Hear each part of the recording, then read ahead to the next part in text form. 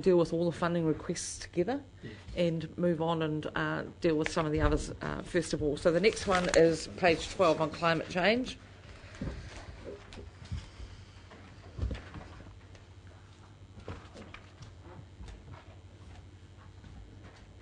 Leanne, can you bring up the recommendations for that? Thank you. In the meantime, are there any questions concerning the officer's response here? Councillor Belford.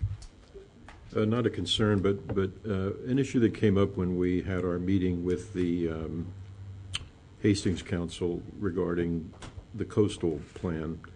There was some discussion as to the council sending some signal uniformly at this stage that, in fact, we believe this is an issue, and that so we need to move on and begin to deal with mitigation strategies and so forth and so on. Now, we're doing that. That's clearly reflected in the staff view, but it's more a question about the language ultimately that we put in our annual plan, and if we could say something relatively declarative about where we as a council stand on the issue, i.e., we believe this is an issue, and it's going to be something reflected in a whole variety of budget decisions we make from here on out. Commentary on that? What does it say there? In the initial, sorry, I'm just looking at the right debate section, it doesn't comment at all specifically on climate change, and that is part of the significant. That would make some sense, wouldn't it? It's quite, yep. I mean, that's been the intention. So. Quite happy to add in a paragraph or so along the lines of what you said in the introductory comments. Yep. And obviously when that joint group gets going, they can then issue press statements and start a process of education, which is important. Yeah. So we will be making a change to the annual plan. So how do we amend the annual plan? And to include on the role of regional council on climate change as part of the introductory comments. Something like that. And while you're typing there, Councillor Scott. Also around a change to the plan that was raised by the submitter, Mrs Mills, this morning about the citing of that under the community engagement rather than under, which really does make sense. So perhaps Mr Drury could respond to whether how much it would cost, how much trouble it would be to shift that in this plan across to the a more appropriate citing of it. And yeah, thank you, Councillor, and thank you for asking about that. It would be a fair bit of trouble to be fair. All the linking spreadsheets would have to move one project from a group of activities to another group of activities. If there was a huge willingness to do that, we'll take time to do it, but it would take probably about 4 hours or so to do all the links. It could be done on the long-term plan. Probably nobody much reads the final version of the plan anyway. Maybe we should note this for future. For the long-term plan. Yep. Yeah. So that could be another part of the recommendation. Yeah. Okay. And that would cover that particular submitter's issue, wouldn't it? Yeah, okay. Other questions? Sorry, Councillor, could you give us some wording for that? Sorry, what was that it be moved from community engagement to strategic planning, wasn't it? No. Well, strategy and planning, thank you. Yeah.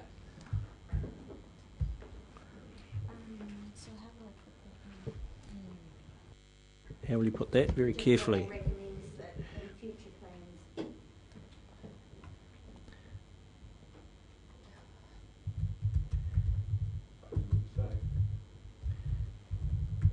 Very good.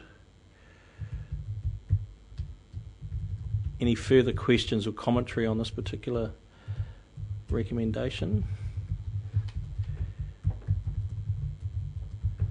Very easy font to read that. No, Councillor Pipe. I just want to support. I think what Councillor Belford was saying in some sort of way. We need to encapsulate, our concern for climate change and particularly increasing the resilience of the impacts, the wide range of impacts that we're going to have to try and manage or at least prepare for in the future. So you happy to move that? Very happy, thank you. Yep. Okay, good man. Seconder for that. Thank you, Councillor Bevan. No further discussion. I'll put that motion. All those in favour, please say aye. Contrary, no. Carried. Thank you.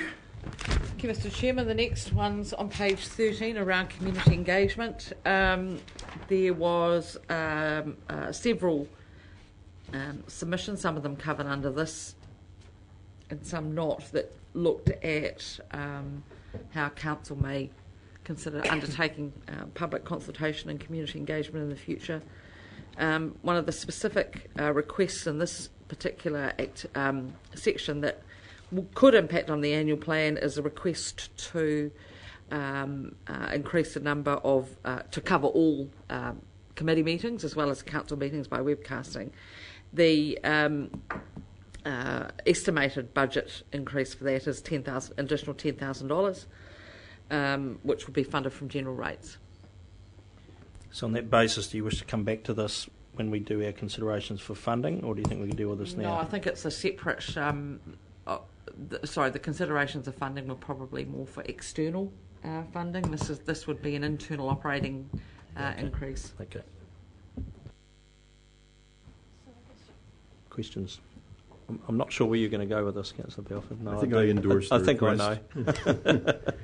And I would add to this that I've looked, I can't find any promotion that we have done of the fact that we webcast some of our meetings. I've gone through the my place newsletters and so forth, and so from my standpoint, we haven't really. This has been something we have. This council has reluctantly embraced, and has not done much to publicize or support or in fact exploit in ways that it could in terms of other matters that come before that we receive important briefings on and so forth, that I think would we could be presenting our budget in a 10-minute video webcast and perhaps engage a hell of a lot more people than the handful who show up at public libraries to give us their views. So I think we've done the absolute minimum on this front, and that investing more would get more yield out of what we're already doing. So I support the 10,000.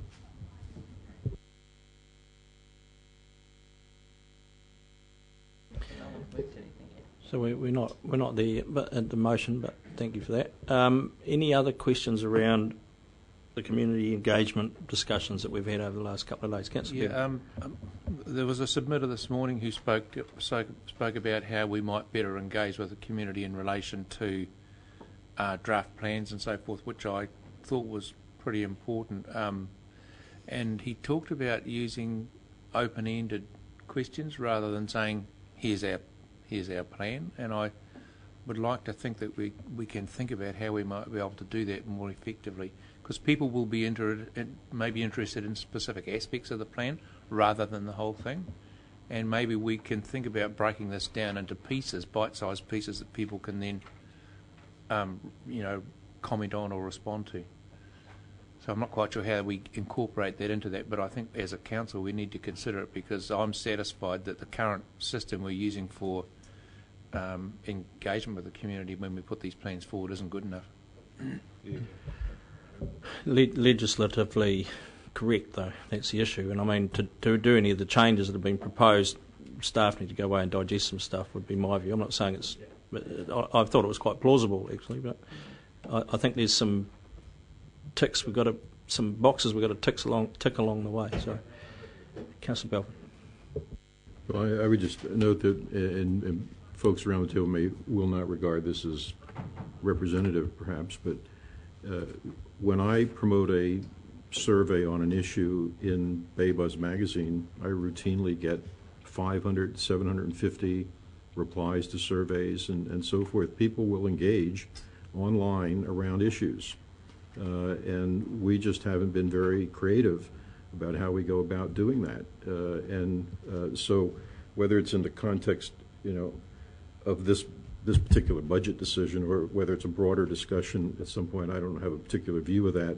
But I think we just have to kind of get a little more imaginative here. We've had a lot of complaints about too few people being engaged and involved and so forth, and how we communicate about these issues when we do go to the public.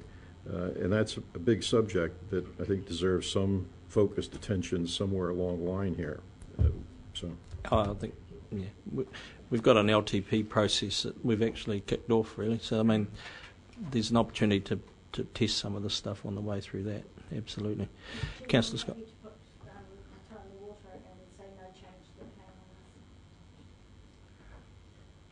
Well, I'm not going to oppose that, but I do think the issue here is significant. I accept what you say. Maybe I'll get a second and then we'll test it. So do you wish to speak? Yes, Mr. Chairman, we did initially look at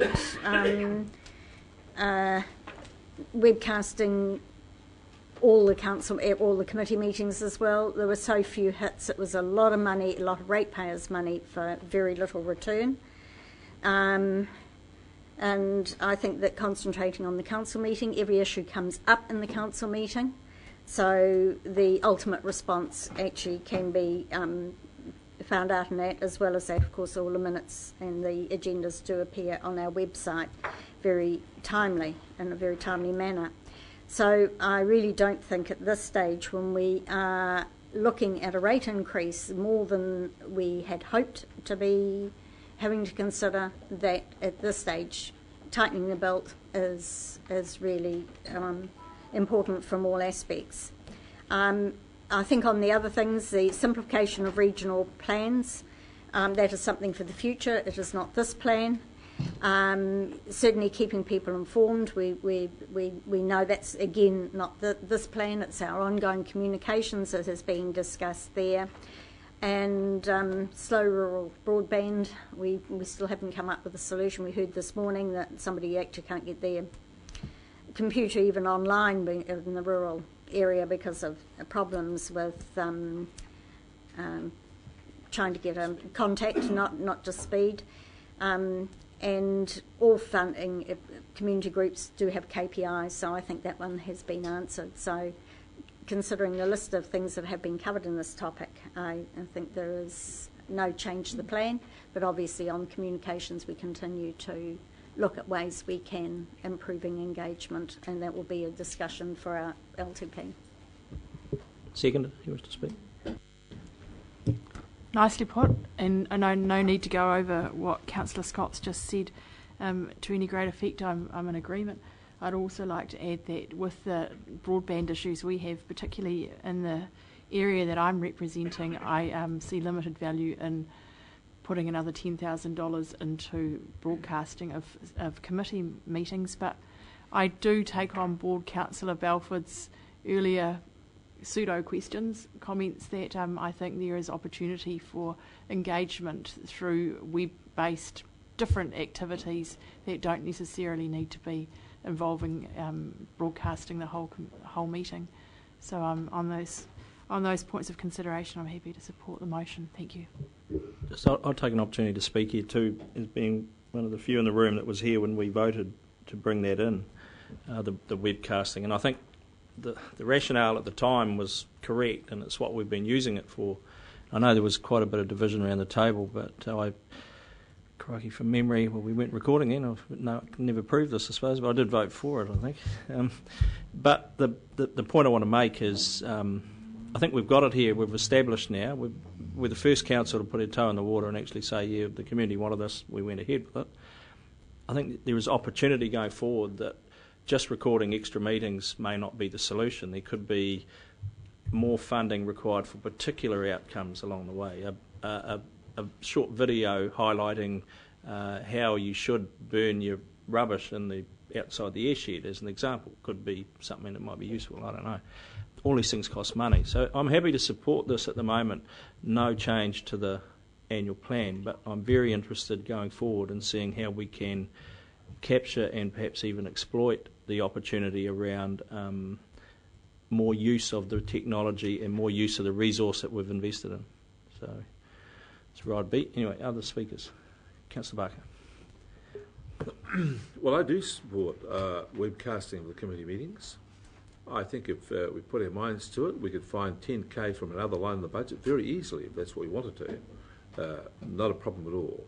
But I think there's a much more fundamental issue here, which we haven't really grappled with. And it's not, I don't think, something for the annual plan. That is how we engage with our community on our issues. And let's be clear about it. What we've currently got don't work that well. And if we're not going to put our intellectual thought into it, we're going to continue with something that don't work that well. Now, I have raised this issue before, and people said, well, we tried this, tried that, tried the other, and we tried it over a cup of tea, and people were critical of it. And people said, well, let's go back to our old way of having meetings. Well, that was the group that liked having meetings. But not everybody likes having meetings. I accept your point also, that we do have to have the legal process ticked off, that there has to be something which is secure, it can't be flimsy and so on. But accepting that as a prerequisite around which you build it, I do feel we owe it to the people we represent to put our thinking caps on as to how we might best engage with them. And I don't think we can do that in this formal structured process. The second point I'd make about this is that we must expect to fail and fail and fail. It would be highly unlikely that we get the answer first up. Highly unlikely. So let's not have the philosophy of this, if at first we don't succeed, give up. I'm not of that ilk. I think we have to find other ways. And if I talk to the younger generation, for whom the internet is the way they do everything, they have to have a different attitude to it. I still go and pick up a book if I want to know something, but everybody else goes to their iPad. I don't do that yet. But they've also got different attitudes on what they want to do and how they want to get involved. We need to understand them. But I just feel we have an obligation as the leadership team elected here to do our best to think it. And I feel outside the planning round, we need to set aside some time on an ongoing basis for a general discussion, no parameters, whatever, how we might improve it. If at the end of it we can't think of anything, well, we should say so. And then the public can say, well, you lot are good enough or not good enough, so they know we've done our best. But I do think we have to engage this. Because the other issue which is driving this is that people feel alienated from the process. And they feel alienated from the process because we have made it too systematic and we've made it too expert-orientated. If you don't know all the rules, you don't know all the different things to do it, then it's a process of exclusion. We have to turn that around and make it a process which is open for inclusion. Online comments is one way, the other things is another way, but we have to figure this out for our people. And I don't think we lack the intellectual capacity to solve this problem. I think we are capable of it. It's just going to be a lot of hard thinking and a lot of experimentation. I just want to start. Good discussion, and I think it's a discussion that has to be had, except it's a discussion that's had around the table of councils up and down the country for years and years and years, how to engage with the public, and that has been always a big challenge that we've grappled with. I think whoever the consultant is or whoever the councillor is that comes up with a perfect system, I think is going to make a mint, because that's what we're trying to communicate with our constituents in a way and react and get information from them. So I think it's a conversation that we've just still got to have. We've got to still pursue that. But no, I'll be supporting the recommendation. No further speakers? Councillor Graham?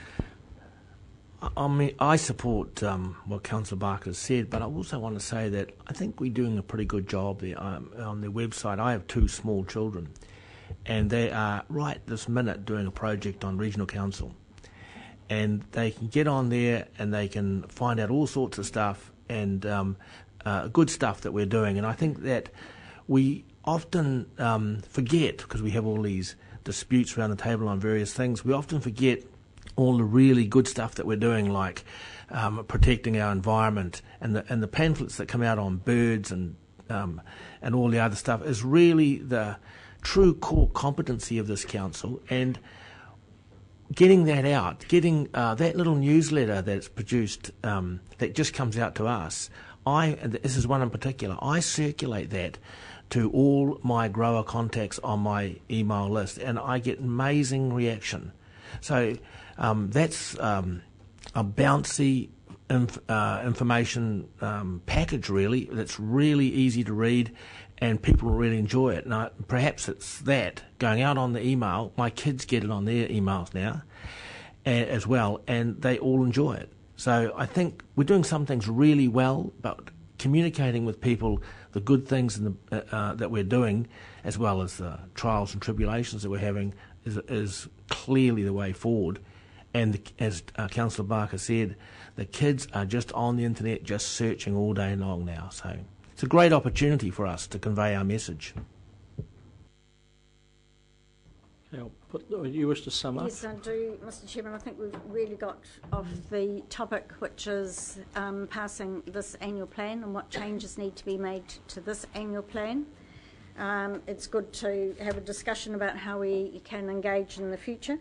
This is about this plan, and the engagement has been there, and to take notice of that engagement, of course, we need to be prepared to actually listen to what the submitters had to say, and to give them that respect for those who have engaged and taken the trouble to come and submit.